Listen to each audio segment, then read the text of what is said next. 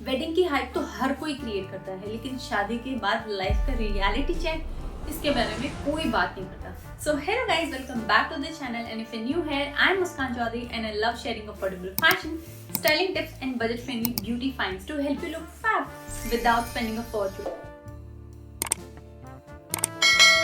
सो आज हम बात करने वाले हैं how your life changes after marriage, जिसके बारे में कोई बात नहीं करता। काश मुझे किसी ने बता दिया होता। So I thought why not to help my sister, जिनकी अभी शादी होने वाली है या नई नई शादी हुई है, कि कैसे आपकी लाइफ चेंज हो जाती है। क्योंकि काश मुझे किसी ने बता दिया होता तो थोड़ी हेल्प हो जाती। So if you are new on this channel, don't forget to subscribe to my channel and press the bell icon so whenever I post a video you can get notification. Routine shift, शादी के बाद जो सबसे बड़ा change आता है वो आपके रूटीन में आता है। पहले आप किसी भी टाइम सो रहे थे, उठ रहे थे, किसी भी टाइम कहीं भी जा सकते थे, फ्रेंड से मिल सकते थे। लेकिन शादी के बाद क्योंकि आप एक नई फैमिली में गए हो, तो आपका सोना, उठना, खाना, पीना, फ्रेंड्स के साथ प्लान बनाना, सब कुछ चेंज हो जाता है। क्योंकि आपको देखना है कहीं आप लोगों को जाना है, नहीं जाना है, उनके एनवायरनमेंट में किस तरीके के लोग हैं, कब वो उठते हैं, तो उसके अकॉर्डिंग आपका रूटीन, आपको वो रूटीन ही फॉलो करना पड़ता है फॉर फ्यू डेज एटलीस्ट। अगर पूरी लाइफ नहीं तो for some days for sure. जैसे मैंने भी आई थिंक एक हफ्ते तक मैं 6:37 तक उठी हूँ, उसके बाद मैं किसी भी टाइम उठी, क्योंकि मुझे भी नहीं पता था। एंड मुझे ऐसा लगता है कि कई बार फैमिली आपको कुछ कहती भी नहीं है, कोई प्रेशर भी नहीं डालती है, बट स्टिल क्योंकि इस तरीके से चीज बनाई गई है, हम सबके माइंड में डाला जाता है कि शादी के बाद ये होता है, वो होता है, लेकिन बात कोई नहीं करता कि होता क्या है। तो हम बहुत ज्यादा प्रेशर ले लेते हैं, बहुत ज्यादा गिल्ट ले लेते हैं, जिसकी वजह से बहुत ज्यादा स्ट्रेस हो जाते हैं, ओवरवेलमिंग हो जाते हैं। तो बहुत जरूरी है कि आपको ये पता हो कि ये तो चेंज आने ही वाला है। तो आप थोड़ा सा पहले से अगर रेडी रहोगे, क्योंकि अगर आपको पहले से पता होगा कि ये चीज हो सकती है, तो आप ऑलरेडी अपना माइंड बना के रखोगे कि okay, I need to ready for this change. And मुझे ऐसा लगता है कि कुछ दिन के लिए आप थोड़ा सा अनकंफर्टेबल होते हो या थोड़ा सा स्ट्रेस रहते हो, धीरे धीरे आप उस एनवायरनमेंट के अकॉर्डिंग ढल जाते हो, सब चीजें नॉर्मल हो जाती है। सेकंड, ड्रेसिंग इन कंफर्ट। शादी के पहले हमें कोई भी टेंशन नहीं होती हम कैसे कपड़े पहन रहे हैं, कैसे नहीं पहन रहे हैं, क्योंकि हमें पता होता है हम किस घर से आते हैं, कैसा एनवायरनमेंट है, कहाँ जॉब कर रहे हैं, उसके अकॉर्डिंग हम अपनी स्टाइलिंग करते हैं। लेकिन शादी के बाद वो भी पूरा चेंज हो जाता है। जैसे आपकी नई नई अगर शादी हुई है, तो आप कैसे लोगों से मिलने जा रहे हैं, या कोई आपके घर आ रहा है, या जिस घर में आपकी शादी हुई है वहाँ पे कैसे लोग रहते हैं, किस तरीके से वो कपड़े पहनते हैं, अकॉर्डिंगली भी चीज़ें होती हैं। एंड कुछ लोगों का मैंने ये भी देखा है कि उन्हें बहुत ज़्यादा पसंद होता है कि शादी के बाद मुझे बहुत ज़्यादा ट्रेडिशनल आउटफिट पहननी है या मुझे बहुत ज़्यादा वेस्टर्न आउटफिट पहननी है।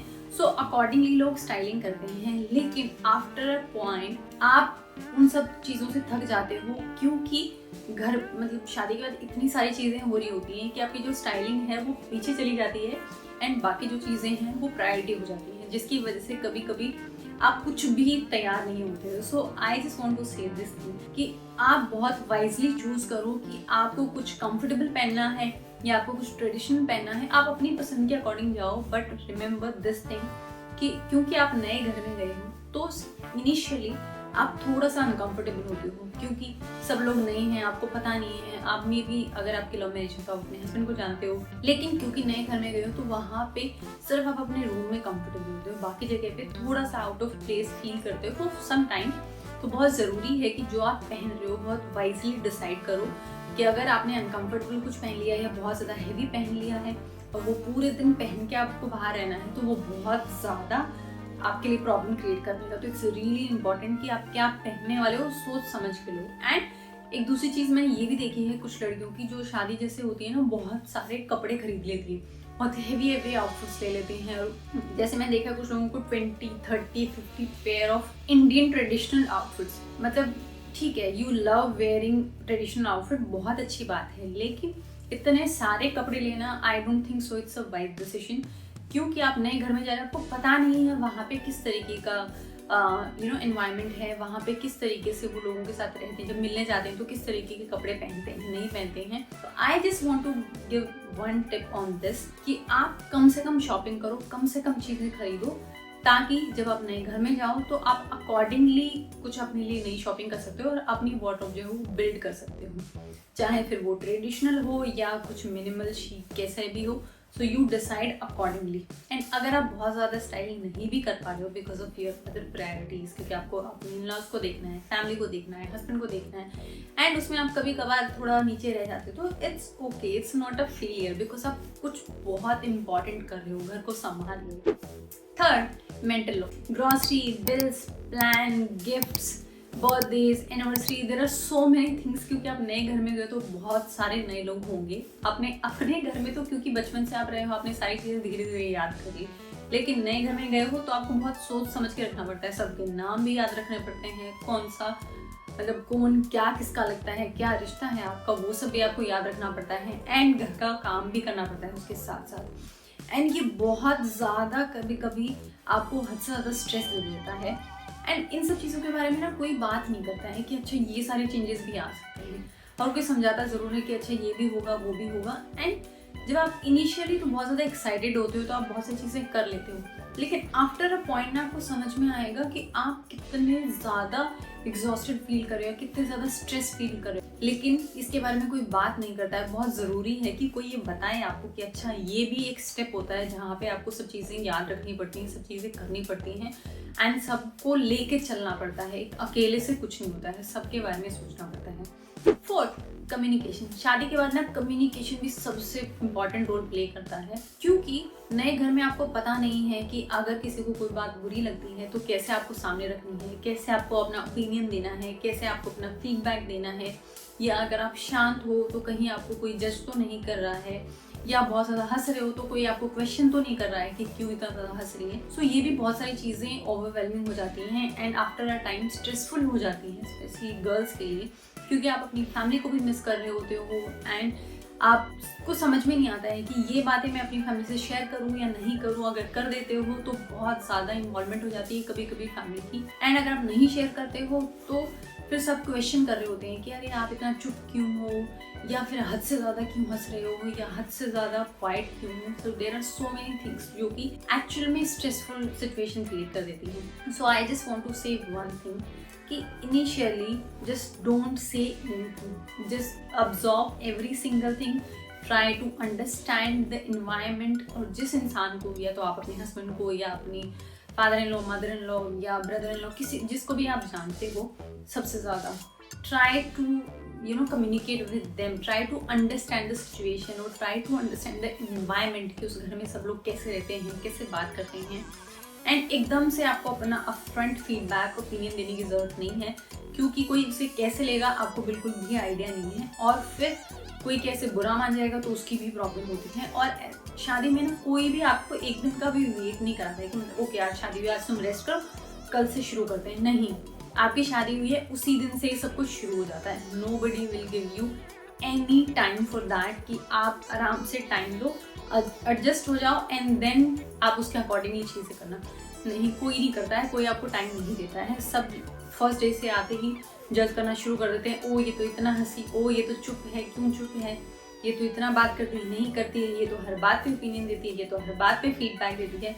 इट्स रियली इंपॉर्टेंट कि पहले आप समझ लो सिचुएशन एंड धीरे धीरे गिव योर ओपिनियंस और फीडबैक, एंड उसके साथ साथ सेट योर बाउंड्रीज, वो बहुत इंपॉर्टेंट है। वरना इतना ज़्यादा हमारे इंडियन फैमिलीज में इतना ज़्यादा है कि लोग इतना ज़्यादा घुस जाते हैं, उन्हें पता ही नहीं होता है कि कहाँ पे वो लाइन ड्रॉ करनी है, एंड वो जाके आपकी शादी में बहुत बड़ी प्रॉब्लम क्रिएट करता है। तो इट्स रियली इंपॉर्टेंट कि आप इनिशियली मतलब शादी से पहले ही आप ये अपने हस्बैंड के साथ डिस्कस करना शुरू कर दो कि हमें कैसे अपनी बाउंड्री बनानी है, ताकि आपकी लाइफ जो आगे है वो ईजी हो जाए।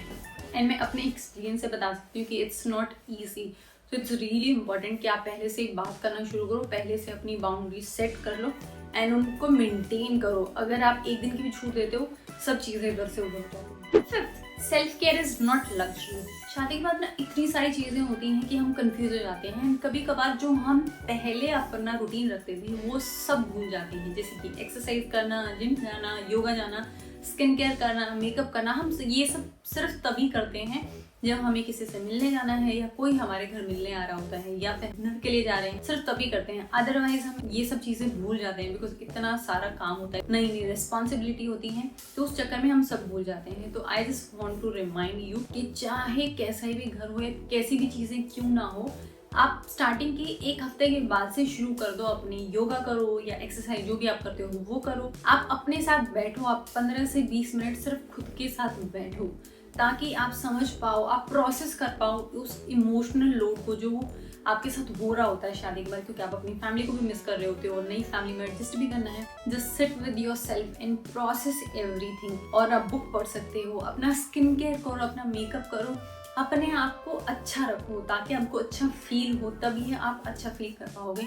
एंड लड़कियां ये बहुत गलती करती हैं कि अपना मेकअप स्किन केयर बिल्कुल भूल जाती हैं। अगर आप अच्छे घर में नहीं रह रहे हो तो ये सब चीज़ें आपकी सेकेंडरी पहुंच जाती हैं, बाकी सब चीज़ें प्रायोरिटी होती हैं। अपने आप का ख्याल रखना सबसे ज़्यादा इंपॉर्टेंट होता है, तभी आप दूसरों का ख्याल रख पाओगे। Last, identity shift. शादी के बाद एक ही दिन में ना आप एक नॉर्मल लड़की से किसी की वाइफ, घर की बहू बन जाते हो एंड आप भूल जाते हो कि आप एक्चुअल में खुद भी कोई हो।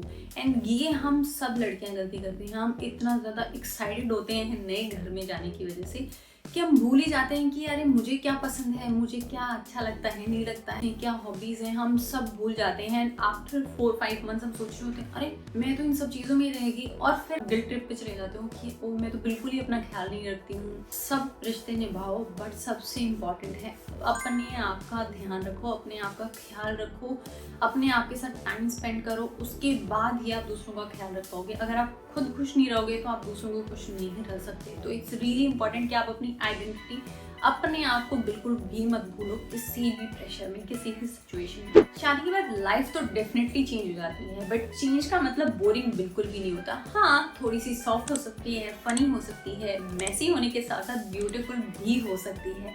And this is all about today's video. Let me know in the comment section कि आपकी लाइफ में शादी के बाद क्या अनएक्सपेक्टेड चेंज आया।